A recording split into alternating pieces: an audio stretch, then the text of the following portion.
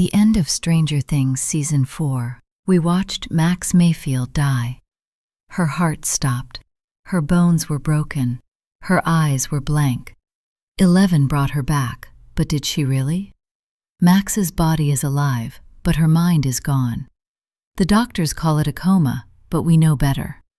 This isn't a coma. This is something far worse. And there's a theory gaining traction right now that changes everything. Max Mayfield isn't just trapped. She's strategically positioned. And she might be the only one who can destroy Vecna from the inside.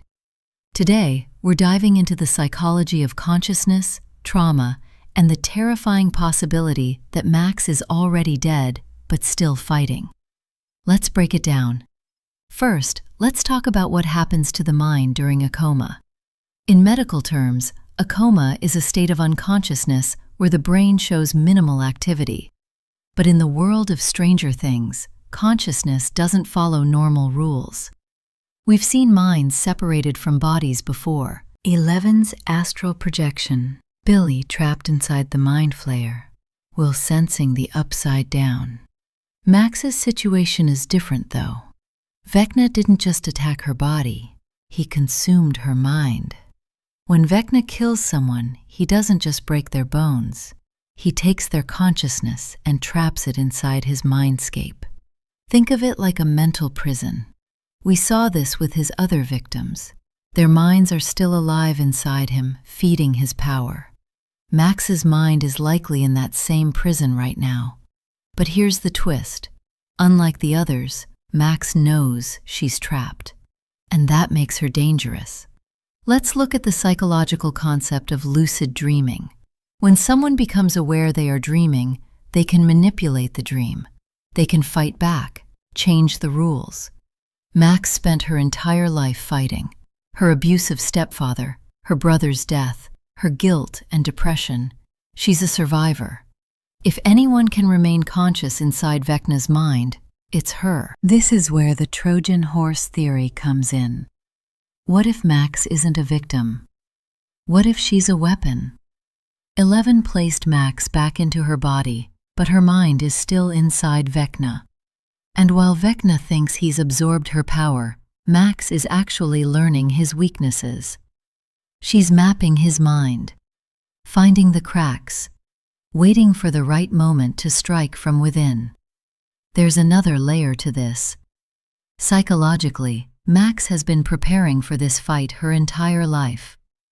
In Season 4, we learned that her depression and suicidal thoughts made her vulnerable to Vecna. But here's the irony.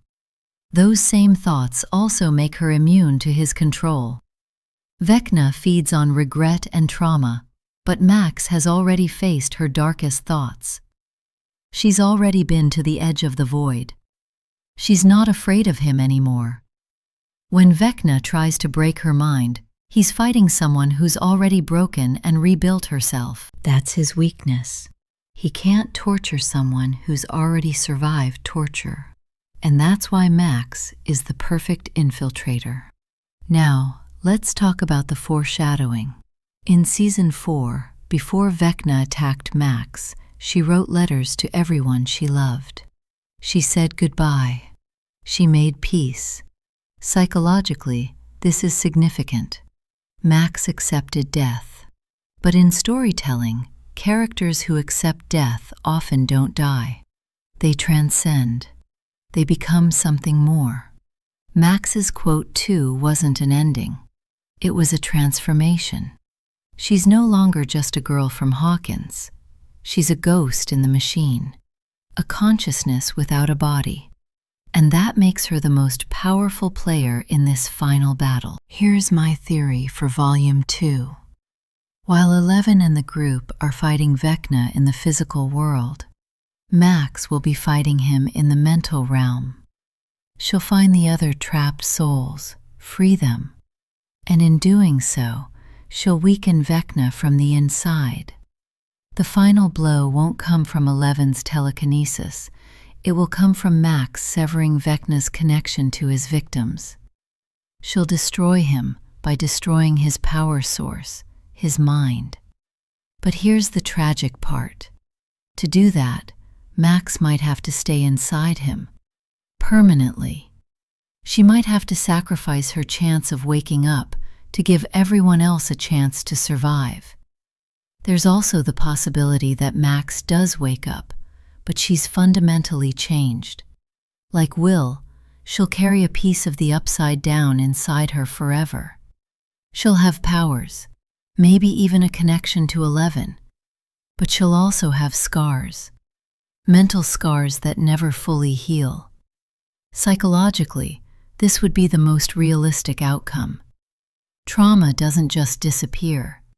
It transforms you, and Max will never be the same girl who loved skateboarding and Kate Bush. She'll be a survivor of something no one else can understand. So, is Max dead? Physically, no.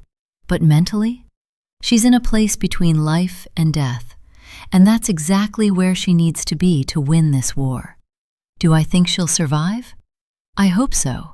But I also know that Stranger Things doesn't shy away from heartbreak, and losing Max permanently would be the most devastating blow of all. What do you think? Will Max wake up? Or is she already gone? Let me know in the comments. And if you want to know what happens to 11's powers in Volume 2, click this video right here. The theory will blow your mind.